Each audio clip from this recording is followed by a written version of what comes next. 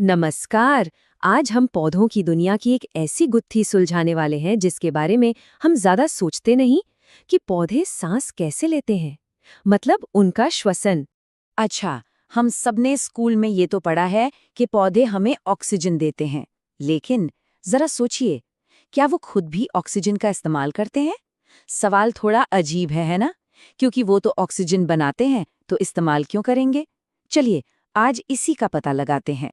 तो आज की हमारी बातचीत में हम देखेंगे कि क्या पौधों को वाकई सांस लेने की जरूरत है? उनकी कोशिकाएं मतलब सेल्स अपना पावर हाउस कैसे चलाती हैं?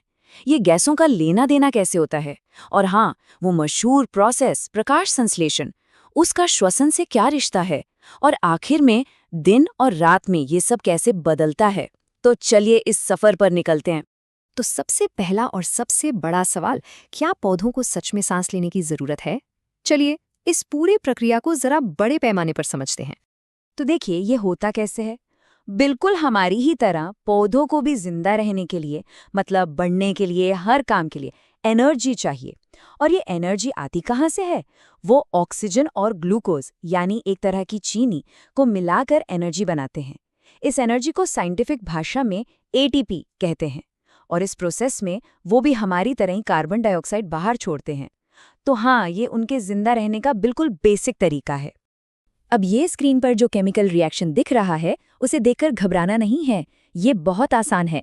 देखिए, ये जो C6H12O6 है, ये है ग्लूकोज यानी पौधे का खाना, और 6O2 ये है ऑक्सीजन।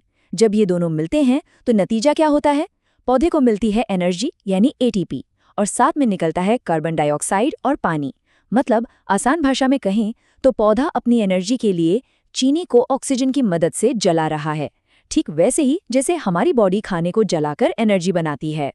ठीक है, तो ये तो हो गई बड़ी तस्वीर। अब चलिए जूम इन करते हैं।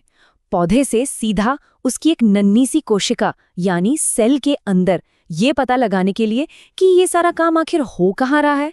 ये रही पौधे की एक कोशिका, और इसके अंदर ये जो छोटा सा हिस्सा दिख रहा है, इसे कहते हैं माइटोकॉन्ड्रिया। बस इसी जगह पर श्वसन की पूरी प्रक्रिया होती है। आप इसे सेल का एनर्जी सेंटर या कह लीजिए ऊर्जा का कारखाना मान सकते हैं। और इसीलिए साइंस की दुनिया में एक बड़ी मशहूर लाइन है कि माइटोकॉन्ड्रिया कोशिका का पावर हाउस है। यही वो जगह है जो पौधे को बढ़ने, खुद को ठीक करने और बस जिंदा रहने के लिए सारी की सारी जरूरी एनर्जी बनाकर देती है। तो अब ये देखते हैं कि ये जो एनर्जी बनाने की रेसिपी है, ये काम कैसे करती है। ये असल में एक बहुत ही सिंपल 3 स्टेप की प्रक्रिया है। पहला स्टेप है ग्लाइकोलिसिस, जो सेल के साइटोप्लाज्म में होता है। दूसरा स्टेप है क्रेब्स चक्र, ये माइटोकॉन्ड्रिया के अंदर होता है। और फिर आता है तीसरा और आखिरी स्टेप, इलेक्ट्रॉन ट्रांसपोर्ट चेन, जो माइटोकॉन्ड्रिया की भीतरी दीवार यानी इनर मेम्ब्रेन में होता है। बस इन्हीं 3 स्टेप से गुजरकर ग्लूकोज से एनर्जी को बाहर निकाला जाता है। ठीक है, तो सेल के लेवल पर एनर्जी तो बन रही है, पर एक मिनट, सवाल ये है कि जो जरूरी गैसें हैं, ऑक्सीजन अंदर कैसे आती है और कार्बन डाइऑक्साइड बाहर कैसे जाती है? मतलब ये लॉजिस्टिक्स कैसे काम करता है? तो पौधे ना 2 मेन तरीकों से सांस लेते हैं। पहला तो है उनकी पत्तियों पर मौजूद छोटे छोटे छेद, जिनसे ऑक्सीजन अंदर आती है और कार्बन डाइऑक्साइड बाहर जाती है। और दूसरा तरीका है उनकी जड़ें, वो सीधे मिट्टी से ऑक्सीजन सोखती हैं। ये भी उतना ही जरूरी है। और यहीं एक बहुत मजेदार बात पता चलती है। कभी सोचा है कि पौधों में ज्यादा पानी डाल दें तो वो मर क्यों जाते हैं? वो इसलिए क्योंकि पानी मिट्टी में मौजूद सारी हवा को बाहर निकाल देता है। अब बेचारी जड़ों को सांस लेने के लिए ऑक्सीजन ही नहीं मिलती। चलिए अब बात करते हैं उस प्रोसेस की जिसके लिए पौधे सबसे ज्यादा फेमस हैं, प्रकाश संश्लेषण। अब हम श्वसन और प्रकाश संश्लेषण की सीधी सीधी तुलना करेंगे, क्योंकि ये सच में एक ही सिक्के के 2 पहलू हैं। ये टेबल इस फर्क को बिल्कुल साफ साफ दिखाती है। देखिए, प्रकाश संश्लेषण में क्या होता है? पौधा कार्बन डाइऑक्साइड और सूरज की रोशनी लेता है और ऑक्सीजन बाहर छोड़ता है।